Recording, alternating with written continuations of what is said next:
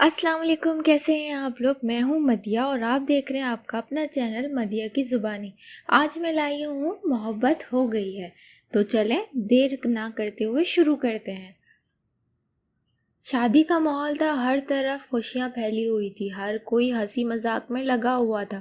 بزرگوں کی ایک الگ سیاست لگی ہوئی تھی، نوجوان نسل ایک اپنی ٹولیاں بنائے بیٹھے تھے۔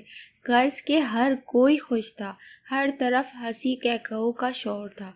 عافیہ تمہیں امی کب سے ڈھونڈ رہی ہیں، جاؤ تو انہیں تم سے کوئی ضروری کام ہے، بڑی بھابھی نے پھولی سانسوں کے ساتھ اس سے کہا تھا، جو کبھی پھولوں کی تھال لیے ادھر ادھر کرتی تو کبھی مہمانوں کو چائے کافی سرو کرتی نظر آتی، تو کبھی اپنے کزنز کے ساتھ بیٹھی گپے لگاتی نظر آتی، تو کبھی بچوں کے ساتھ بچی نظر آتی۔ کدھر ہیں امی؟ میں نے تو کافی دیر سے انہیں دیکھا ہی نہیں۔ ایک ہاتھ سے اپنے پیلے رنگ کے بھاری بھرکم لہنگے کو پکڑے، دوسرے ہاتھ میں کافی کی ٹرے پکڑے وہ جیسے گھن چکر بنی ہوئی تھی۔ بڑی بھابھی نے مسکرا کر اپنی معصوم سی نند کو دیکھا تھا۔ لاؤ یہ ٹرے مجھے دو، میں مہمانوں کو دیکھتی ہوں، تم اپنے امی کے پاس جاؤ، اپنے روم میں ہے، کچھ ضروری کام ہے انہیں تم سے۔ میں بس ابھی گئی اور ابھی آئی، تم آرام سے جاؤ اور آرام سے آؤ، اتنی جلدی کوئی نہیں ضرورت نہیں ہے۔ بھابھی نے دھیرے سے اسے تھپ لگائی تو وہ ہنستی ہوئی امی کے کمرے کی طرف بڑھ گئی۔ امی آپ نے بلایا؟ وہ دروازہ کھول کر جیسے ہی اندر داخل ہوئی، سامنے بیڈ پر ابو کے ساتھ ایک باوقار اور خوبصورت سے شخص کو بیٹھے دیکھا، جبکہ امی پاس ہی صوفے پر بیٹھی تھی۔ عافیہ، میں کب سے تمہیں ڈھونڈ رہی ہوں، ادھر آؤ۔ امی نے ہاتھ پکڑ کر اشارے سے اپنے پاس صوفے پر بیٹھنے کو کہا اور دھیرے سے ان کے پاس جا کر بیٹھ گئی۔ یہ رہی اس گھر کی لاڈلی اور آپ کی بھتیجی عافیہ، سلام کرو بیٹا، تمہارے چاچو ہیں۔ امی کے کہنے پر اس نے دھیرے سے سلام کیا۔ السلام علیکم، ماشاءاللہ بہت پیاری ہے آپ کی بیٹی بھابھی صاحب۔ نازیہ تو اس کی معصومیت پر فدا ہو جائے گی۔ بھائی مجھے تو بہت خوشی ہوئی اپنی بیٹی سے مل کر۔ میری بیٹی تو حور ہے جنید، میرے دل کا چین، اس کے دم سے ہی تو گھر میں رونق لگی رہتی ہے، جمشید صاحب نے اسے اپنے قریب کرتے ہوئے کہا۔ آپ خوش قسمت ہیں بھائی صاحب، بیٹیاں تو رحمت ہوتی ہیں، اللہ کی قیمتی تحفہ۔ جنید صاحب کے چہرے پر خاص قسم کی مسکراہٹ تھی۔ جنید صاحب، جمشید صاحب کے پاس بیٹھی عافیہ ان کے ساتھ سب باتوں میں مگن دیکھ کر امی سے اجازت لے کر کمرے سے اس طرح بھاگی جیسے بلی کی قید سے چوہا بھاگتا ہے۔ کیا بکواس ہے یہ، میں نہیں جاؤں گی۔ امی کی بات سن کر وہ ہتے سے کھڑی ہو گئی۔ تم سے پوچھا ہے کسی نے؟ بس تم جا رہی ہو سو جا رہی ہو۔ امی آپ ایسا کیسے کر سکتی ہیں میرے ساتھ؟ وہ رو دینے کی تھی، میں ایسا ویسا سب کچھ کر سکتی ہوں۔ امی تو جیسے ظالم سماج بن گئی تھی۔ یار تمہیں ہی تو گھومنے کا دل کر رہا تھا، ذرا بھائی نے اپنے طور پر اسے منانا چاہا۔ اکیلے بھی کوئی گھومنے جاتا ہے، وہ بھی اتنی دور؟ اس نے دور کو لمبا کھینچا۔ تمہاری جگہ میں ہوتی تو خوشی سے چلی جاتی، سمرا بھابھی نے اپنے دل کی بات کہی۔ تو آپ چلی جائیں نا، میرا جانے کا کوئی کام ہی نہیں ہے، وہ بڑبڑائی۔ مطلب عافیہ یار کیوں ضد کر رہی ہو؟ ضد میں نہیں کر رہی، یا آپ؟ میرا چاند جنید تمہیں اپنی بیٹی کی طرح مانتا ہے، اپنے بابا کی بات مان لے۔ میں وعدہ کرتا ہوں اگر تمہارا دل نہ لگا تو پہلی فرصت میں تمہیں لے آؤں گا، میں خود، جمشید صاحب سے اس کا سر ہلاتے ہوئے کہا۔ پر بابا آپ کو تو پتہ ہے میں آپ لوگوں کے بنا اکیلے نہیں رہ سکتی ہوں، کچھ ہی دنوں کی بات ہے۔ میں اکیلے کمرے میں کیسے رہوں گی؟ مجھے تو اتنا اندھیرے سے ڈر لگتا ہے۔ اور اب اصل بات پر آئی تھی۔ ہاں تو یہ بات ہے۔ ابرار بھائی کو ہنسی آئی، جبکہ باقی سب لوگ اس کے بات پر مسکرا دیے، کیونکہ سب جانتے تھے کہ اسے اندھیرے سے ڈر لگتا ہے۔ تو تم میری بہادر بیٹی ہو، تمہیں کسی چیز سے نہیں ڈرنا چاہیے۔ میں جنید کو بتا دوں گا، میری بیٹی بہت معصوم ہے۔ معصوم نہیں، ڈرپوک بابا۔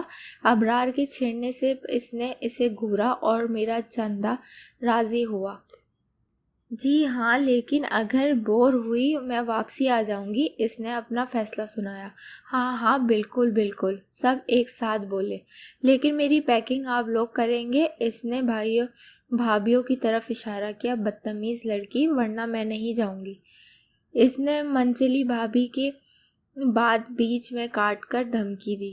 اچھا میری ماں منظور ہے، بڑی بھابھی نے ہار مانتے ہوئے کہا، اور باقی سب کے ساتھ مل کر اس کی پیکنگ کرنے لگے کیونکہ ایک دن بعد اس کا ٹکٹ تھا۔ زرار بھائی کے ساتھ اسٹیشن پر کھڑی ادھر ادھر نظر دوڑا رہی تھی کہ اسے چاچو سامنے سے آتے ہوئے نظر آئے۔ آ گئی میری بیٹی، وہ اسے دیکھ کر بہت خوش ہوئے۔ اس نے دھیرے سے انہیں سلام کیا۔ چلو بیٹا گھر، تمہاری چاچی تم لوگوں کا بے صبری سے انتظار کر رہی ہیں۔ سوری چاچو، پر میں نہیں آ سکتا، آفس کے کام سے مجھے کہیں اور جانا ہے، ابرار بھائی نے دھیرے سے کہا۔ ارے بیٹا تو کل چلے جانا نا، اپنی چاچی سے تو مل لو۔ پھر کبھی چاچو فرصت میں آؤں گا انشاءاللہ، میری سیٹ بک نہ ہوئی تو میں ضرور رکتا، پر مجبوری ہے۔ ٹھیک ہے بیٹا، جیسے تمہاری مرضی، میں فورس نہیں کروں گا، لیکن عافیہ تب تک تم میرے پاس رہے گی جب تک میں چاہوں گا، انہوں نے وارننگ دی۔ ہاں ہاں ہاں ضرور چاچو، یہ آئی ہی اپنی مرضی سے لیکن جائے گی آپ کی مرضی سے۔ اسے شرارتی نظروں سے عافیہ کو دیکھا جو اسے گھور رہی تھی۔ اچھا چاچو میں چلتا ہوں، بیسٹ آف لک بہنا۔ چاچو سے مسافہ کرنے کے بعد وہ اس طرح مڑا۔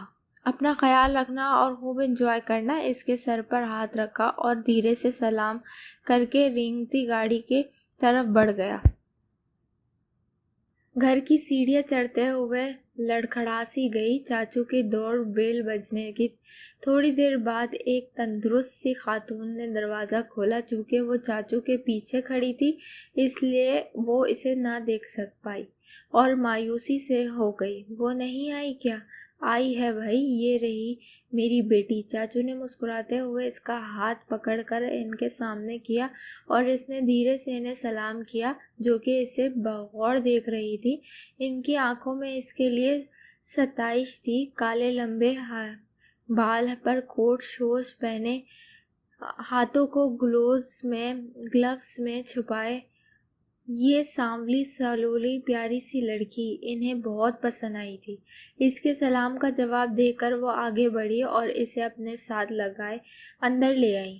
وہ بہت باتونی تھی، اس لیے ایک ہی بار میں اس نے سارے سوال کر لیے جن کا جواب اس نے صرف ہاں اور نہیں میں دیا۔ کیا ہوا، آپ اکیلے کیوں آئے ہیں؟ وہ آئی نہیں کیا؟ جمشید صاحب کو اکیلا دیکھ کر انہیں جیسے صدمہ لگا تھا۔ ہاں ہاں آئی ہے میڈم، ذرا دم تو لو۔ جنید صاحب نے مسکرا کر اپنے پیچھے چھپی عافیہ کا ہاتھ پکڑا کر اس کے سامنے کیا۔ یہ رہی میری بیٹی، پیاری میری بیٹی۔ نہ چاچو نے مسکراتے ہوئے اس کا ہاتھ پکڑ کر ان کے سامنے کیا۔ اس نے دھیرے سے سلام کیا، جو اسے بے دلچسپی سے دیکھ رہی تھی۔ ان کی آنکھوں میں اس کے لیے ستائش تھی، جو کہ کالے لمبے بال بہت پسند آئی تھی۔ اس کے سلام کا جواب دیکھ کر وہ آگے بڑھی اور دھیرے سے اسے گلے لگایا۔ ماشاءاللہ بہت ہی پیاری ہے جنید، خوشی سے ان کے چہرے سے جھلک رہی تھی۔ ارے بھائی، ساری محبتیں یہیں دکھائیں گی یا اندر لے جانے کا بھی ارادہ ہے؟ آؤ بیٹا اندر چلتے ہیں، تھک گئی ہوگی۔ وہ اسی لیے اندر آئی اور ملازمہ کو اس کا سامان رکھنے کو کہا۔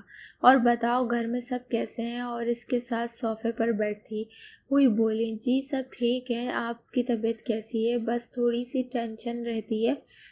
حبایا پہنے میک اپ سے پاک صاف چہرے کو بغور دیکھتے ہوئے کہا۔ آپ کا گھر بہت خوبصورت ہے چچی، اس دل سے تعریف کی۔ شکریہ بیٹا، تم تھک گئی ہوگی، ملازمہ سے کہتی ہوں تمہیں تمہارا کمرہ دکھا دے، انہوں نے ملازمہ سے کہا تو وہ ملازمہ کے ساتھ اپنے کمرے کی طرف چل دی، جو کہ اوپر سیڑھی چڑھ کر دوسری روم میں تھا۔ واہ، اتنا خوبصورت کمرہ! کمرے کی وسط میں کھڑی وہ آنکھیں پھاڑ کر پنک اور وائٹ کلر کے کمبینیشن کے اس طرح روم کی خوبصورتی اور اس کے گھر میں کی چوائس کو دل سے سراہا تھا۔ بی بی جی آپ فریش ہو جائیں تو میں کھانا لاتی ہوں۔ ملازمہ جوس کا گلاس بیڈ کے سائڈ ٹیبل پر رکھ کر اسے تائید کرتے باہر چلی گئی۔ چل عافیہ خود کی بھی صفائی کر لے، کیسی گندی لگ رہی ہے۔ تو ملازمہ کے جانے کے بعد وہ اپنا سامان لے کر باتھ روم میں گھس گئی۔ آدھا گھنٹے بعد جب وہ نکلی تو خود کو کافی ہلکا پھلکا محسوس کر رہی تھی۔ گیلے بالوں کو سلجھا کر کیچڑ لگا کر دوپٹے کو نماز اسٹائل میں لپیٹنے کے بعد وہ نماز کے لیے کھڑی ہو گئی۔ نماز ادا کر کے جب اٹھی ہی تھی کہ ملازمہ کھانے کی ٹرے لیے اندر داخل ہوئی۔ لیجیے بی بی جی، میڈم جی نے کہا ہے کہ کھانا کھا کر تھوڑی دیر آرام کر لیجیے۔ ملازمہ بیڈ پر ٹرے رکھتے ہوئے بولی۔ شکریہ۔ اس نے مسکرا کر اسے دیکھا تو میں چلی گئی اور سر ہلا کر کھانے کی طرف متوجہ ہو گئی۔ کھانا بہت لذیذ تھا، یا شاید اس کی بھوک کی زیادتی کا اثر تھا۔ کھانا کھانے کے بعد وہ آرام کرنے کے لیے لیٹ گئی۔ تھوڑی ہی دیر میں وہ خواب و خروش ہو گئی کہ مزے لے رہی تھی۔ دوپہر کے کھانے کے بعد جنید صاحب لان میں بیٹھے آفس کا کچھ کام کر رہے تھے۔ ان کے چاروں بیٹے ان کے پاس آئے کر بیٹھ گئے۔ ڈیڈ، آپ تو کہہ رہے تھے کہ آپ کی کوئی بھتیجی آنے والی ہے، کیا ہوا؟ ابھی تک آئی نہیں؟ فہد نے گلہ کر بات شروع کی۔ کیوں؟ تم لوگ کیوں پوچھ رہے ہو؟ جنید صاحب نے گھورتے ہوئے پوچھا تو چاروں گھسیا کر ہنسنے لگے۔ پاس بیٹھی نازیہ بیگم نے ان کے اس انداز پر اپنی مسکراہٹ ضبط کی۔ دونوں ماں باپ جانتے تھے کہ وہ کیوں پوچھ رہے ہیں۔ آپ کی بھتیجی ہماری کزن بھی تو ہوئی نا، ہے نا؟ احد نے باپ کی صفائی دیتے ہوئے ان تینوں سے بھی پوچھا۔ سب ایک ساتھ ہاں میں سر ہلانے لگے۔ لیکن تم لوگوں کے سامنے نہیں آئے گی۔ لیکن کیوں؟ وہ چاروں ٹھنگے۔ تم لوگوں کی اونچی حرکتوں کی وجہ سے۔ جنید صاحب نے ان چاروں کو ایک ہی جملے گھسیٹ لیا۔ ہم لوگوں نے کیا ہے ڈیڈ؟ دائم نے معصوم چہرہ بنایا۔ اپنے تک تو کچھ نہیں کیا، لیکن ان کے آنے کے بعد ضرور کچھ نہ کچھ کرو گے۔ میں تم لوگوں کی فطرت سے واقف ہوں۔ انہوں نے سب کو گمشید نظروں سے گھورا۔ تم لوگ وعدہ کرو کہ تم لوگ اس کے ساتھ کوئی بدتمیزی نہیں کرو گے۔ کافی دیر سے چپ بیٹھی نازیہ بیگم بالآخر بول اٹھی۔ جی وعدہ ہے، پکا وعدہ۔ ان چاروں نے جلدی سے فرمانبرداری دکھائی۔ اپنی اس بھائی صاحب کو بھی بتا دینا جو گھر کے ہوٹل کی طرح استعمال کرتے ہیں۔ جنید صاحب نے اسد کے غیر موجودگی پر چوٹ کی۔ وہ آفس کے کام سے آؤٹ آف سٹی ہے ڈیڈ۔ احد نے اس کا دفاع کرنے کی کوشش کی۔ میں سب سمجھتا ہوں، برخوردار کے کاموں کی نوعیت اور تم لوگوں کی بہانے بازیاں۔ انہوں نے ان سب کو گھورا تو چاروں نے ہاں سے کھسک لینے میں ہی اپنی عافیت سمجھی۔ نازیہ بیگم نے اپنی سبھی اولادوں کی فطرت سے بخوبی واقف تھی۔ ان کے سبھی لڑکے ایک نمبر کے فلرٹی اور ڈھیٹ تھے، جو بھی وعدہ کرتے تھوڑی دیر بعد اسے توڑ دیتے تھے۔ اس